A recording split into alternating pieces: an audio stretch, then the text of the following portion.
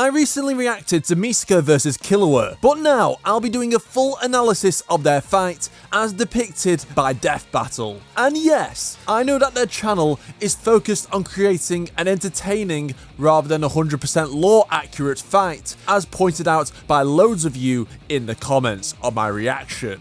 It's just for fun. You don't understand. Well, I think it's fun to break the fight down, so deal with it. The fight starts off with Killua picking up Misaka's Gekota badge, who then proceeds to taunt her, prompting Misaka to launch a railgun. This badge actually has sentimental value to Misaka, as Misaka gave it to a clone of herself, who she later regarded and accepted as her own sister. The specific clone who she gave it to was murdered in cold blood by Accelerator directly in front of her, which is why she is so attached to the badge. Basically, this just gives an excuse for the fight to start, to which Misaka launches her trademark railgun attack at Killua, propelling an arcade coin at 3 times the speed of sound. I mentioned this in my reaction, but it's kinda uncharacteristic for Misaka to use this technique off the bat against a human without any protection from a vehicle, as it would most likely kill them if aimed properly. But since this is Death Battle,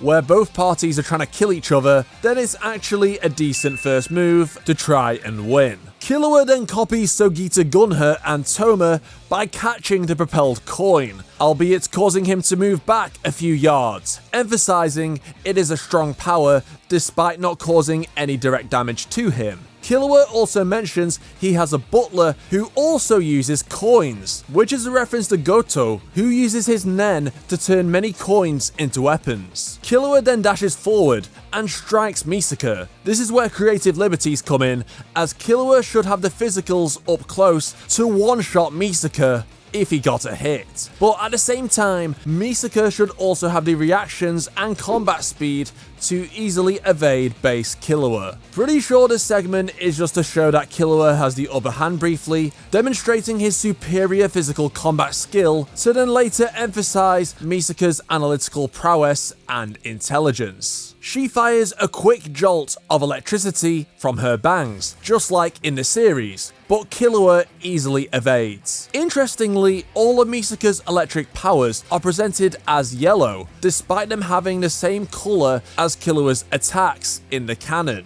I imagine this was changed just so we would be able to distinguish the two powers. Therefore, I think this is a good decision in terms of presentation. Although, one off-putting thing is that her railgun is the exact same colour as her normal electricity in this fight, when it would have been better to make it orange like in Index and Railgun. Killua then uses his rhythm echo, creating after images of himself to confuse Misaka, which works. However, she does seemingly react, as she does turn a split second before the real Killua moves. I assume this would be due to Misaka's passive radar, as she is able to detect bioelectricity nearby, which should reveal the real Killua. But as she failed to turn around on time and had to rely on a plan to find the real one, it seems like it just wasn't used. Again, creative liberties to make it more fair, but still, I find it strange how it didn't get implemented or a brief mention in the fight. Misaka decides to rely on sound, not sight, by scattering iron sand near the footsteps of the after images, with the real Killua making an audible footstep.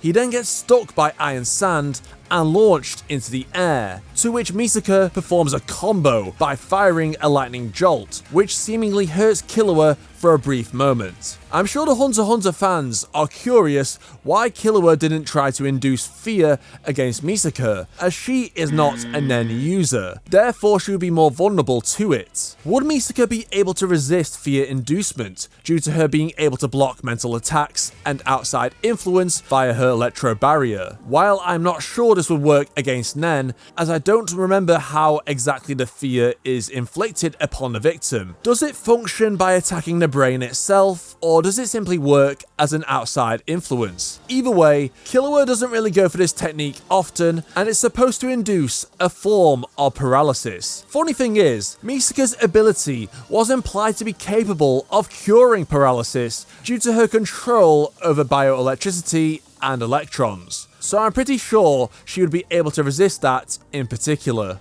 Furthermore, Misaka should vastly outrange this ability with her own arsenal of powers such as the railgun and her own electricity, so I don't see it being an issue. As for why it wasn't included in the fight itself, I don't know, maybe they just didn't have time, but comment below if you have any info. The two discuss their obvious fighting strategies, Killua wanting to get close, and in contrast, Misaka desiring to keep her distance. Misaka then magnetizes a piece of debris with steel bars inside to fly, while Killua chases her with a skateboard. I think this move of Misaka may have been inspired by Dengeki Bunko fighting Climax, which is also where they got her sprites from. She then envelops Killua with a thundercloud, to which somehow he is able to use his yo-yos to escape, despite the fact they would probably get tangled up like crazy inside the storm. He launches a second one, which is about to strike Misaka, which is what confused me in my initial reaction, as I thought she was hit by the yo-yo,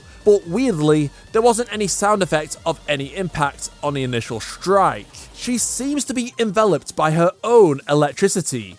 As it happens, Misaka was possibly able to move this quickly by using Rampage Dress, which manipulates the electrical signals of her body to enhance her speed and physical strength. As she is launched to a wall, it is most likely she used her magnetism to propel herself towards it and stick to the surface like Spider-Man. She then uses her magnetism again, but this time on the yo-yo, to tangle Killua, pulling him towards her for a railgun. But Killua breaks out with his Godspeed, which is where the fight really picks up. By evading the railgun and throwing Misaka, she then whips out her Iron Sand chainsaw to contend with her opponent at close range, to which they are both able to dodge each other's attacks. The two then charge up like Super Saiyans, which I think is a bit too DBZ-esque for my taste. But again, it's to show they are on sorta equal footing for now, I guess, despite the apparent massive gap when it comes to Misaka's maximum voltage in comparison to what Killua has shown off. The clash then causes an explosion, I guess because it's meant to be cinematic. Michael Bay approved. Out of this explosion, Misaka gets a punch to the face, doing what even the gender equality master Toma is afraid to do. And this finally makes her snap and whip out one of her trump cards, specifically the giant Iron Sand Kaiju. I was a bit disappointed that the anti-art attachment didn't show up. I get that she obtained it later on in the novels, and during that time it was her go-to weapon in nearly all combat situations. I don't count it as outside help, despite her technically stealing Kihara no Ken's spare property. That's like putting Shadow the Hedgehog in death battle and not letting him use a Chaos Emerald because he stole it. Oh well. She launches a kaiju railgun like in the anime, to which Killua dodges, and as a result, probably murders a few hundred people in this building. Yeah, not the smartest idea when Killua is tiny and very hard to hit. That's why the AAA would likely be more suited to this, due to having numerous specific anti-personnel weapons and it using a portion of Aleister Crowley's magic, making it a lot more potent than just standard weaponry. Killua then channels a Giga Lightning Bolt, like, goddamn, I don't remember Killua ever producing a lightning bolt of this size. Before the match, I honestly thought he would have no way to contend with the kaiju due to its sheer size. What makes things even more strange is that while the lightning dissipates the kaiju, I don't understand what's stopping Misaka from just regenerating it afterwards by magnetizing the Iron Sand back together. Considering how quickly she made it, surely it wouldn't be an issue, unless the sheer heat from the lightning managed to melt the Iron Sand itself. Yes, I am thinking way too hard about this, but hey,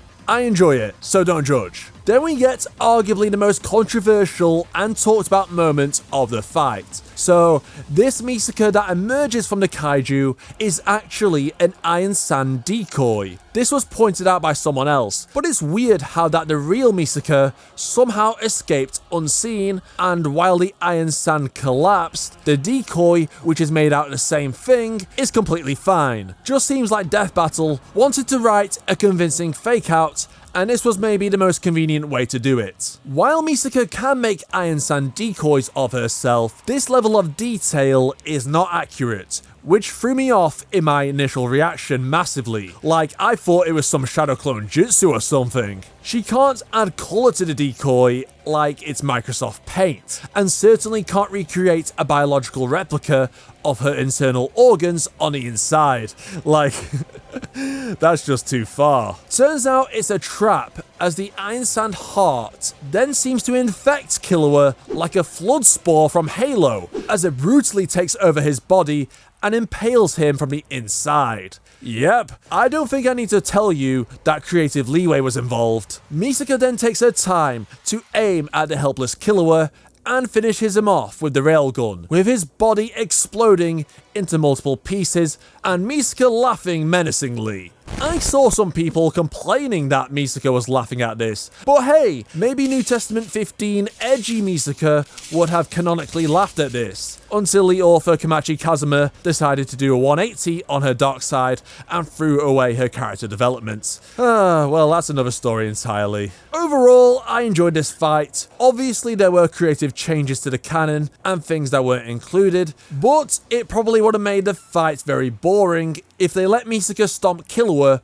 off the bat, and I'd definitely be disappointed. So I'm glad they made it pretty even and stretched it out. I do like that they showed Misaka as an intelligent fighter too. Well, apart from the Iron Sand Kaiju goes brrr apart, where she lost all of her brain cells for that moment. But hey, big Kaiju railgun is funny. Maybe the fake out could have just shown her silhouette under a smokescreen, like how it's presented in the Railgun manga, but I guess that wouldn't have been convincing as a fake out, as viewers would more likely assume that's not Misaka compared to seeing an almost identical copy. So yeah, I get why it was done that way. Misaka was the deserved winner overall, and I pretty much concur with all the points Death Battle made after the fight was over. Misaka just has better stats in every department than Killua, with the exception of pure physical strength and combat skill. Maybe travel speed too, but definitely not reaction, combat, or attack speed. Let me know what you thought about the fight down below. Do you agree with the outcome, or are you salty? Also, check out my full reaction to the death battle on screen right now.